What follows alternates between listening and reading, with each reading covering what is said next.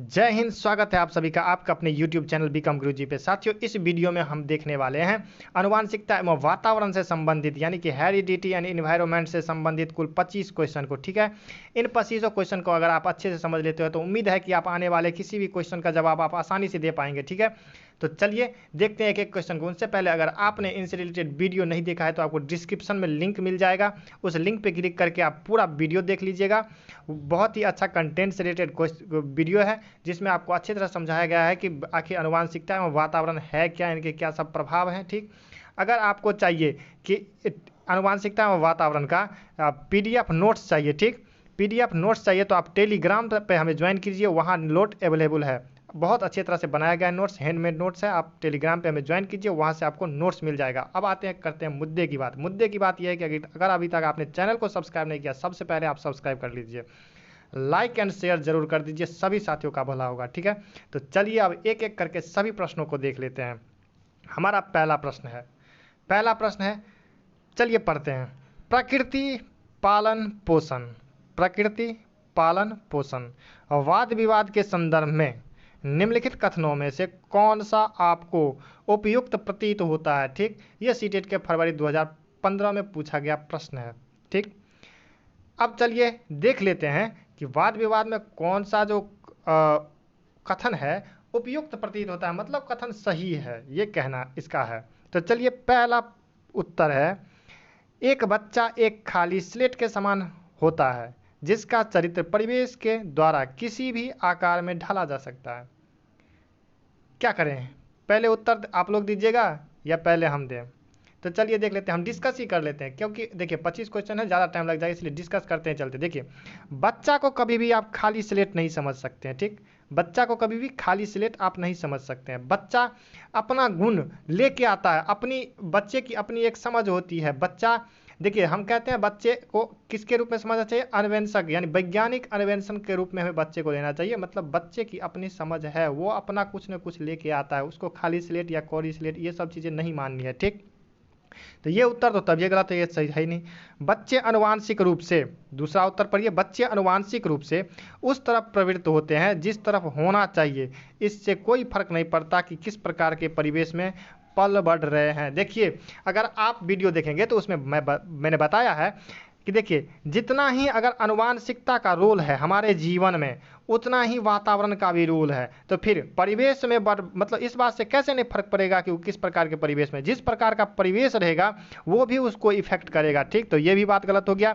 तीसरा उत्तर है कि एक बच्चे के व्यवहार का निर्धारण करने में परिवेशीय प्रभावों का बहुत कम महत्व होता है, वह प्राथमिक रूप से आनुवांशिक रूप से निर्धारित। ये बात भी तो वही कह रहा है कि परिवेशीय प्रभावों का बहुत कम महत्व होता है। क्यों भाई, कम क्यों होगा, बराबर का महत्व होगा। ठीक, कम क्यों होगा, ये भी उत्तर आपका गलत हो जाएगा। अब चौथा उत्तर तो सही हो जाएगा, फिर भी पढ़ लेते हैं उत्तर। उत्तर है कि वंशानुक्रम तथा परिवेश अभिन्न रूप से एक दूसरे से गुथे हुए हैं और दोनों विकास को प्रभावित करते हैं। जी हाँ, ये अभिन्न रूप से एक दूसरे से गुथे अंतर संबंधित होते हैं। ठीक, दोनों को विकास को दोनों प्रभावित करते हैं। तो चलिए अब बढ़ते हैं अगले प्रश्न की तरफ। अगला प्रश्न कहता है, निम्नलिखित में से ... के अतिरिक्त सभी वातावरणीय कारक विकास को आकार देते हैं। चलिए बताइए इसका उत्तर क्या होगा। उत्तर एक है पौष्टिकता की गुणवत्ता, संस्कृति, शिक्षा का गुणात्मकता एवं चौथा है शारीरिक गठन। चलिए बताइए, कह रहा है निम्नलिखित में से ... किसके अतिरिक्त सभी वातावरणीय कारक विकास को आकार देते हैं। मतलब विकास को वातावरणीय, ये इन सब में से कौन सब जो है सो वातावरणीय कारक है। ठीक, और कौन ऐसा एक है इनमें से जो वातावरणीय कारक नहीं है। तो चलिए बताइए, हो गया। अगर आप लोग इन 25 में से जितने नंबर लाते हैं वो कमेंट जरूर कर दीजिएगा ईमानदारी से कि हम 25 में से कितने नंबर लाए हैं। चलिए पहला प्रश्न तो हमने डिस्कस कर दिया, उसके बाद अब जो भी होगा आपको एक मौका दिया जाएगा, उनमें से आप जितना नंबर लाते हैं ईमानदारी से कमेंट कर दीजिएगा। ठीक, तो चलिए देख लेते हैं। इनमें देखिए, पौष्टिक गुणवत्ता वातावरण का ही रूप है, संस्कृति भी वातावरण ही है। देखिए, समाज की ही संस्कृति होती है, वो संस्कृति वातावरण का ही रूप है। शिक्षा की गुणवत्ता ये भी वातावरण से ही हमें मिलता है। तब अब देखिए, शारीरिक गठन जो हमारा होता है ये आनुवांशिकता पे डिपेंड करता है। ठीक, किससे, आनुवांशिकता पे डिपेंड करता है। इसीलिए ये इसके अतिरिक्त ये सभी जो है क्या है, इसके अतिरिक्त सभी क्या है, वातावरणीय कारक है। चलिए बढ़ते हैं अगले प्रश्न की तरफ। अगला प्रश्न कहता है, निम्नलिखित में से कौन सा मुख्य रूप से आनुवांशिकता संबंधी कारक है। देखिए अनुवांशिकता संबंधी कारक कौन कौन सा है। पहला है आंखों का रंग, दूसरा है सामाजिक गतिविधियों में भागीदारिता, तीसरा है समकक्ष व्यक्तियों के समूह के प्रति अभिमुखिता और चौथा है चिंतन पैटर्न। चलिए बताइए कौन सा है अनुवांशिकता संबंधी कारक। हो गया, चलिए देख लेते हैं। देखिए इसमें पहला ही उत्तर सही हो जाएगा, आंखों का रंग ही अनुवांशिकता संबंधी कारक है, आंखों का रंग। ठीक, दूसरा सामाजिक गतिविधि, ये तो वातावरण में हो गया। समकक्ष व्यक्ति, ये भी वातावरण में ही होता है। और चिंतन पैटर्न, ये भी हम देखिए चिंतन पैटर्न भी वातावरण से ही होता है। ठीक, हम जब कुछ ही चीज़ को देखते हैं तो वातावरण में ही देखते हैं, तभी उस पर हम चिंतन करते हैं। ठीक, चलिए बढ़ते हैं अगले प्रश्न की तरफ। अगला प्रश्न कहता है अनुवांशिकता को ... सामाजिक संरचना माना जाता है। अनुवांशिकता को ... सामाजिक संरचना माना जाता है, बताइए। पहला है गौण, दूसरा है गत्यात्मक, तीसरा है स्थिर, चौथा है प्राथमिक। चलिए बताइए इसका कौन सा उत्तर सही होगा। ठीक, इसका उत्तर सही हो जाएगा स्थिर। अनुवांशिकता जो होता है वो स्थिर होता है, यानी कि ये पीढ़ी दर पीढ़ी चलते ही रहता है। ठीक, इसीलिए इसे स्थिर माना जाता है। ठीक, तो चलिए बढ़ते हैं अगले प्रश्न की तरफ। अगला प्रश्न है विकास की वर्तमान विचारधारा में निम्नलिखित में से किसका महत्व है। विकास की वर्तमान विचारधारा में निम्नलिखित में से किसका महत्व है। ठीक, किसका महत्व है। केवल प्रकृति, केवल पोषण, प्रकृति एवं पालन पोषण, दोनों का उपरोक्त में से कोई नहीं। ठीक, चलिए बताइए इसका उत्तर कौन सा होगा, क्या प्रकृति का होगा या पोषण का होगा। जल्दी बताइए इसका उत्तर क्या होगा। ठीक है, आपको इससे ज़्यादा समय नहीं मिलेगा। चलिए बढ़ते हैं उत्तर की तरफ। हम देखिए जब भी हम देखेंगे केवल वाला उत्तर हमेशा हमारे लिए निगेटिव होता है। यहाँ तो पॉजिटिव में पूछ रहा है। ठीक, यहाँ पॉजिटिव में पूछ रहा है तो पॉजिटिव के लिए ही केवल नेगेटिव हो गया। ठीक, प्रकृति एवं पालन पोषण दोनों का, जी हाँ ये बिल्कुल सही उत्तर है। तीसरा उत्तर आपका हो जाएगा उपरोक्त में से कोई नहीं। कैसे नहीं भाई, ये तो दोनों तो है ही है, तो जहाँ दोनों दे दिया वहाँ तो उत्तर ही होगा। तो चलिए बढ़ते हैं अगले प्रश्न की तरफ। आज बाल अपराध की घटनाएं बढ़ती जा रही है, जिससे कारण शिक्षक प्रणाली में जटिलताएं आ रही है। आपके अनुसार इसका प्रमुख कारण क्या है। क्या है बाल अपराध के बढ़ने का क्या कारण है। चलिए उत्तर तो दिया है। पहला उत्तर है दूषित वंशानुक्रम, दूसरा है दूषित सामाजिक वातावरण, तीसरा है दूषित परिवेश। अब देखिए इसमें दे दिया है कि इन तीनों के अलावा अब उत्तर चुनना है आपको। केवल एक, क्या दूषित वंशानुक्रम ही है, या केवल बी, क्या दूषित सामाजिक वातावरण ही है, केवल सी, क्या दूषित परिवेश ही है, या सभी, ये तीनों। आप सभी को ये उत्तर पता चल गया। चलिए हम ऐसे ही टिक कर देते हैं, ये सभी हो जाएंगे। ठीक है, ये सभी ही क्या हो जाएंगे, उत्तर हो जाएंगे, ये सभी कारण है। चलिए बढ़ते हैं अगले प्रश्न की तरफ। अगला प्रश्न कहता है बालक क्या है। क्या है बालक, उसकी क्षमता क्या है। क्या है उसकी क्षमता, उसका पर्याप्त विकास क्यों नहीं हो रहा है, आदि प्रश्नों के उत्तरदायी तत्व है। ऑप्शन ए है आपका वंशानुक्रम, ऑप्शन बी है वातावरण। ये दो तर्क दिए गए हैं कि ये दोनों हो सकते हैं। अब आपका ऑप्शन आता है, ऑप्शन क्या आता है। ऑप्शन ए है केवल ए, क्या सिर्फ वंशानुक्रम। ऑप्शन बी है ए और बी दोनों, क्या वातावरण, वंशानुक्रम और वातावरण दोनों। ऑप्शन सी है केवल बी, और ऑप्शन 4 है न तो ए और न ही बी। चलिए बताइए इसका उत्तर क्या होगा। उम्मीद है कि आप सभी ने इसका उत्तर समझ गया होगा। आप सभी को पता होगा इसका उत्तर जो है उत्तर दो होगा, ए और बी दोनों। ठीक है, देखिए बालक की क्या है, उसकी क्षमता क्या है, ये वंशानुक्रम और वातावरण दोनों पे डिपेंड करता है। ठीक, ये दोनों पे डिपेंड करता है उसका विकास क्यों नहीं हो रहा है। अगर उसका वंशानुक्रम ठीक है, वातावरण ठीक नहीं है, तो उसका विकास ठीक से नहीं होगा। अगर मान लीजिए वंशानुक्रम गलत है तो उसको सही वातावरण देना पड़ेगा, तभी उसका विकास संभव है। ठीक, ये सही और गलत रहेगा तो भी हम इसका विकास वातावरण में हम करवा सकते हैं, लेकिन हमें पहले पता तो होना चाहिए कि वंशानुक्रम इसका है कैसा। ठीक, तो चलिए बढ़ते हैं अगले प्रश्न की तरफ। अगला प्रश्न है आपकी कक्षा का एक छात्र, आपकी ही कक्षा का एक छात्र, चलिए आप टीचर बन जाइएगा तो आपकी कक्षा में एक नहीं बहुत सारे छात्र रहेंगे, कक्षा में रोज अनुशासनहीनता करता है। ठीक, क्या आप इस समस्या का समाधान हेतु निम्न में से क्या अपनाएंगे। आप जल्दी टीचर बनिएगा, आप लोगों को ये सब चीज़ देखने को मिलेगा कि आपके कक्षा में कुछ बच्चे ऐसे होंगे जो उदंड होंगे, वो मतलब बदमाशी ज़्यादा करते हैं। ठीक, तो चलिए देखते हैं, पढ़ लेते हैं कि कौन सा उपाय हमें अपनाना है।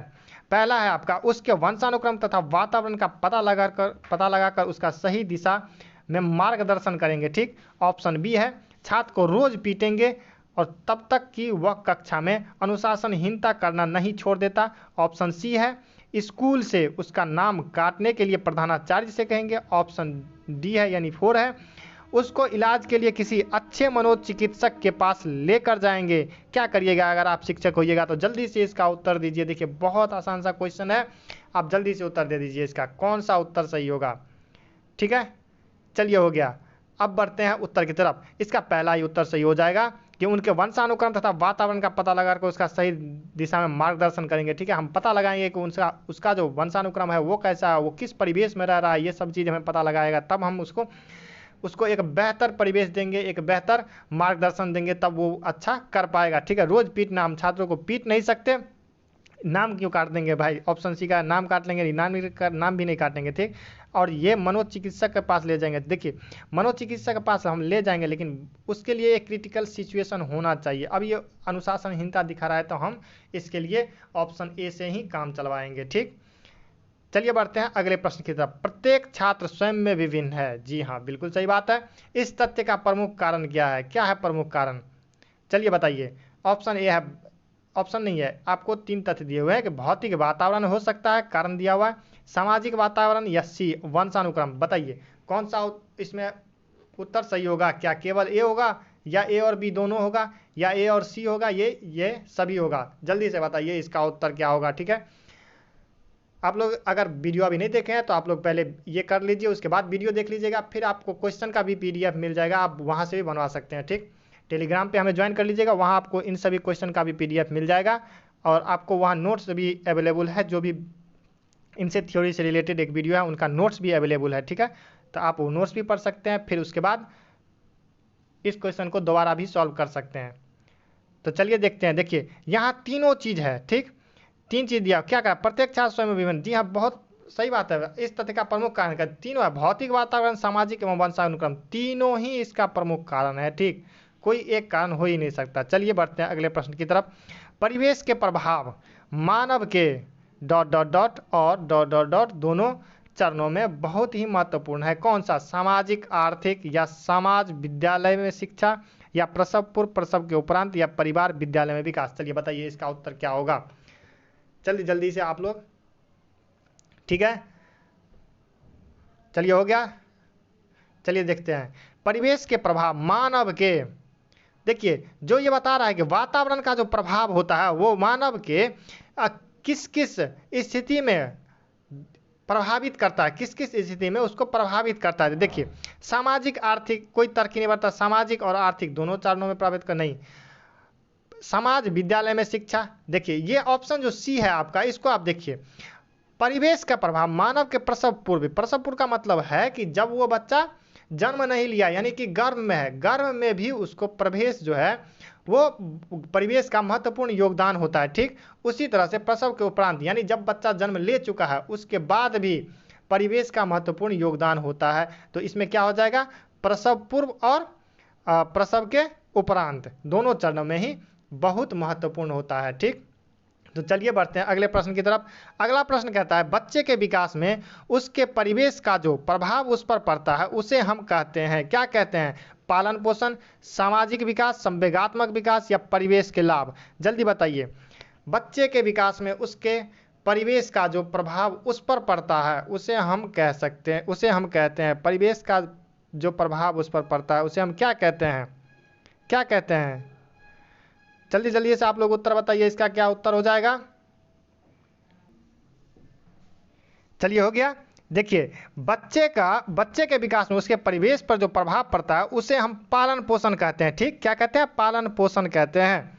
चलिए बढ़ते हैं अगले प्रश्न की तरफ। अगले प्रश्न कहते हैं बच्चे के आनुवंशिकता द्वारा निर्धारित सीमाओं के भीतर सर्वोत्तम संभावित विकास के लिए एक शिक्षक को क्या करना चाहिए? देखिए आनुवंशिकता द्वारा जो भी निर्धारित कर दिया गया है उसमें अब सर्वोत्तम संभावित विकास में हम क्या सब कर सकते हैं? तो देखिए ऑप्शन ए है आपका, उसे बालक के परिवेश में सुधार करना चाहिए। ऑप्शन बी है उसे बालक को अधिक से अधिक पुस्तक पढ़ने की सलाह देनी चाहिए।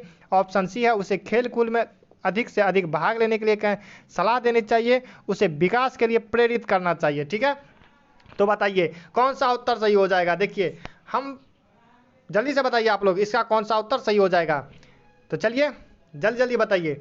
बच्चे के आनुवंशिकता द्वारा निर्धारित सीमाओं के भीतर सर्वोत्तम संभावित विकास के लिए एक शिक्षक को क्या करना चाहिए? अगर आप शिक्षक होंगे तो इनमें से क्या सब करेंगे? चलिए बताइए, देख लेते हैं। चलिए देखते हैं। उसे बालक के परिवेश में सुधार करना चाहिए। जी हाँ, बिल्कुल सही बात है। हम बालक के परिवेश में सुधार करेंगे, जितना हो सके उतना सुधार करेंगे तो उसका संभावित विकास हो पाएगा, चाहे उसकी आनुवंशिकता कैसी भी होगी। अगर हम परिवेश में सुधार करते रहेंगे तो उसमें विकास हो जाएगा। ठीक, अधिक से अधिक पुस्तक पढ़ने के लिए कहेंगे, बिल्कुल गलत बात है। खेलकूद में अधिक से अधिक भाग लेने की सलाह देनी चाहिए। जी हाँ, ये हम देंगे, खेलकूद में भाग लेने के लिए उसे विकास के लिए प्रेरित भी करेंगे, लेकिन सबसे बढ़िया है कि हम उसके परिवेश में सुधार करेंगे। जब ये परिवेश में सुधार करेंगे तो ये सब कुछ इसी में आ जाएगा। ठीक, जब भी हम वातावरण की बात करते हैं तो सब कुछ उसमें निहित होता है। इसीलिए उत्तर कौन सा आपका सही हो जाएगा? उत्तर एक ही सही हो जाएगा। चलिए बढ़ते हैं अगले प्रश्न की तरफ। आप दिल्ली के किसी केंद्रीय विद्यालय में शिक्षक हैं। चलिए आप शिक्षक बन गए। आपकी कक्षा का एक छात्र अफजल हिमाचल प्रदेश का रहने वाला है। चलिए, वो हिमाचल प्रदेश का तथा एक अन्य छात्र सुदीप जो है वो केरल का मूल निवासी है। ठीक, एक हिमाचल प्रदेश का है, एक केरल का है। आप दोनों के रंग, रूप, स्वभाव आदि में काफ़ी विभिन्नताएं देखते हैं। इसका प्रमुख कारण हो सकता है, देखिए, जब ये दोनों अलग अलग जगह के हैं और दोनों जो अलग अलग जगह के हैं तो उनके रंग रूप में आप क्या देखते हैं? स्वभाव में क्या देखते हैं? विभिन्नता देखते हैं। तो इसका कारण क्या हो सकता है? ऑप्शन ए है आपका, यानी पहला उत्तर है आपका वातावरणीय प्रभाव, दूसरा है विद्यालय में दोनों का शैक्षिक स्तर, तीसरा आपकी शिक्षण विधि, चौथा है उपरोक्त सभी। चलिए बताइए इसका उत्तर क्या हो जाएगा, बताइए। ठीक है, इतना देर बहुत होता है इसको, क्योंकि मैंने प्रश्न समझा दिया था। तो अब देखिए इसका पहला ही उत्तर सही हो जाएगा, वातावरणीय कारण। जी हाँ साथियों, दोनों जगह जो केरल और हिमाचल प्रदेश है, दोनों जगह का वातावरण अलग अलग है। ठीक, अलग अलग वातावरण होने के कारण दोनों के रंग रूप और स्वभाव में अंतर हो जाता है। ठीक, हमने आप वीडियो देखेंगे उसमें आपको अच्छे से डिटेल में पता चल जाएगा कि आखिर वातावरण यानी भौगोलिक क्षेत्र के पे हमें कैसे विभिन्नताएं देखने को मिलती है। ठीक, तो चलिए अगले प्रश्न के बाद अगला प्रश्न हम देखते हैं। अगले प्रश्न कहता है कि बच्चे उसी वातावरण में सीख सकते हैं जहां क्या है? उत्तर एक है आपका, उनके अनुभवों एवं भावनाओं को उचित स्थान मिले, उन्हें खेलने का मौका मिले। उत्तर तीन है आपका, उन्हें मित्र बनाने का मौका मिले। और उत्तर चार है आपका, कड़ा अनुशासन हो। बताइए बच्चा किस में सबसे ज़्यादा बेहतर सीखेगा? किस वातावरण में सबसे ज़्यादा बेहतर सीखेगा? क्या कड़ा अनुशासन कर देंगे? बिल्कुल गलत बात है। उन्हें मित्र बनाने का मौका मिले।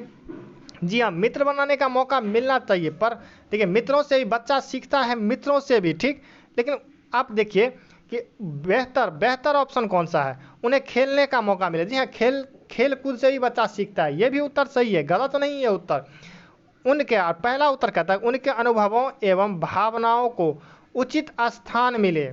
देखिए, जब भी बच्चे की भावना को, उसकी जो अपनी भावना है उसकी जब उचित स्थान मिलेगा, उसके अनुभवों को उचित स्थान मिलेगा तो बच्चा और सबसे ज़्यादा बेहतर सीखेगा। इसीलिए उत्तर एक ही आपका सही हो जाएगा। चलिए बढ़ते हैं अगले प्रश्न की तरफ। अगला प्रश्न कहता है वातावरण वह बाहरी शक्ति है जो हमें प्रभावित करती है। किसने कहा था? वातावरण वह बाहरी शक्ति है जो हमें प्रभावित करती है, किसने कहा था? चलिए बताइए, क्या वुडवर्थ या रॉस या एनास्टसी या इनमें से कोई नहीं? कौन सा उत्तर सही हो जाएगा? चलिए हो गया, इस प्रश्न के लिए इतना बहुत ज़्यादा टाइम है, इसके लिए उत्तर हो जाएगा आपका उत्तर दो, रॉस।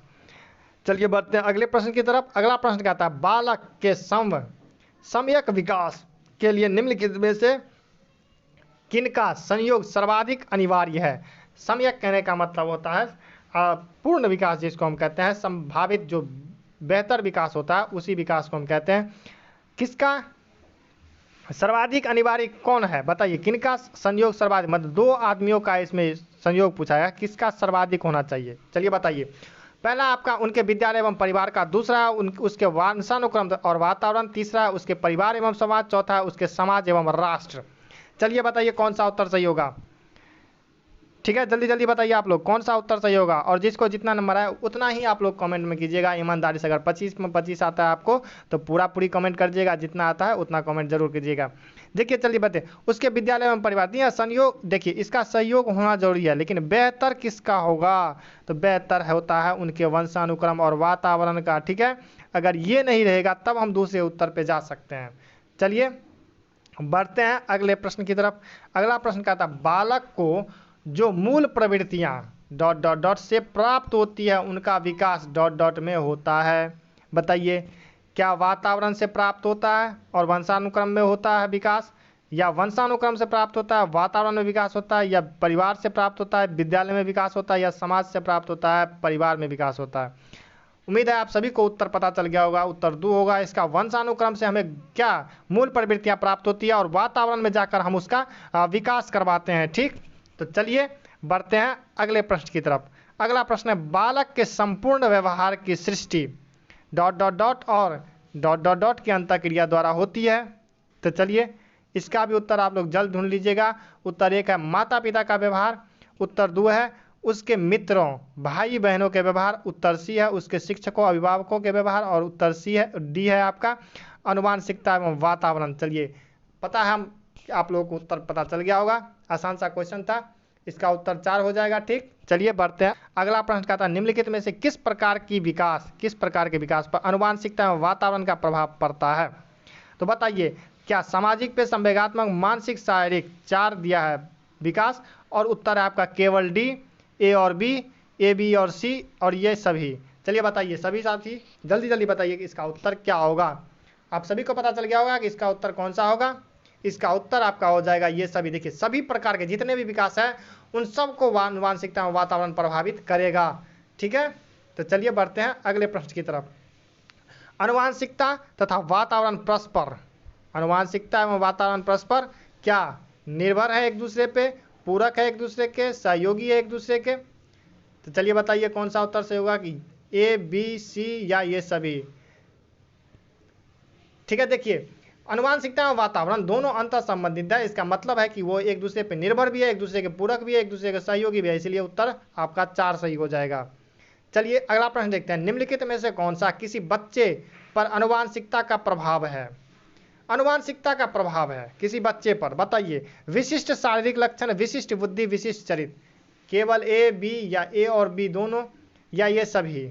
बताइए देखिए आनुवांशिकता जो है हमारा वो शारीरिक लक्षण भी आनुवांशिकता के द्वारा ही हमें मिलता है। ठीक, पहली बात। दूसरी बात, बुद्धि भी आनुवांशिकता से रिलेटेड है और चरित्र पर भी आनुवांशिकता का प्रभाव पड़ता है। अगर ये तीनों पर प्रभाव जब पड़ता ही है तो ये सभी क्या हो जाएगा, उत्तर हो जाएगा आपका 4। ठीक है, चलिए बढ़ते हैं अगले प्रश्न की तरफ। माता पिता से संतानों को प्राप्त होने वाले गुणों को क्या कहते हैं। आसान सा क्वेश्चन है, आप सभी को इसका उत्तर पता होगा कि इसको हम वंशानुक्रम कहते हैं। ठीक, चलिए बढ़ते हैं अगले प्रश्न की तरफ। निम्नलिखित में से किस मनोवैज्ञानिक का यह कथन है कि माता पिता के चरित्र का प्रभाव उसके बच्चे पर पड़ता है। डगडेरम, चॉम्स्की, गोडार्ड, जिसबर्ट। चलिए बताइए इसका कौन सा उत्तर सही हो जाएगा। इसका पहला उत्तर सही है। डगडेरम साहब का कहना है क्या कि माता पिता के चरित्र का प्रभाव उसके बच्चे पर पड़ता है। ठीक, अब बढ़ते हैं अगले प्रश्न। अगला प्रश्न है, शारीरिक एवं मानसिक विशेषताओं का माता पिता से संतानों में हस्तांतरण आनुवांशिकता कहलाता है। ठीक, आनुवांशिकता के संदर्भ में निम्नलिखित कथन के विचारक कौन है, किसका विचार ये है। ठीक, देखिए H A Peterson, Abraham Maslow, James Drever and Woodworth.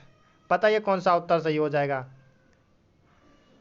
ठीक है, आपका उत्तर सही हो जाएगा उत्तर 3, जेम्स ड्रेवर का ये विचार है कि जो संतान माता पिता का जो शारीरिक और मानसिक जो विशेषता है वो माता पिता से संतानों में आता है। ठीक, तो ये किसने कहा था, जेम्स ड्रेवर साहब ने कहा था। चलिए बढ़ते हैं आखिरी प्रश्न की तरफ। आखिरी प्रश्न हमारा है, आनुवांशिक गुणों का हस्तांतरण एक पीढ़ी से दूसरी पीढ़ी में होता है। ये भी लगभग अभी जो क्वेश्चन आपने पढ़ा है उसी से रिलेटेड है। ठीक, तो सिर्फ माता से या सिर्फ पिता से या माता एवं पिता दोनों से या माता पिता एवं उनके पूर्वजों से। देखिए कुछ देर पहले ही मैंने बताया था कि ये जो गुण है ये माता पिता तथा उनके पूर्वजों सभी से गुण आ सकते हैं, किसी का भी गुण आ सकता है। ठीक, पिछले क्वेश्चन में मैंने जब डीएनए की बात की, देखिए डीएनए तो आपको माता पिता से ही मिलेगा। ठीक, लेकिन गुण जो है आपको किसी से भी आ सकता है। ठीक, किसी से भी आ सकता है। तो समझ गए आप लोग। इसका उत्तर कौन सा हो जाएगा, उत्तर 4 हो जाएगा, माता पिता एवं उनके पूर्वजों से। ठीक है, अब उम्मीद करता हूँ साथियों आप सभी को ये सभी प्रश्न अच्छे लगे होंगे। अगर प्रश्न अच्छे लगे हैं तो आप लोग वीडियो को एक लाइक कर दीजिए, चैनल को कर लिए सब्सक्राइब। चलिए मिलते हैं अगली वीडियो में, तब तक के लिए जय हिंद, जय भारत।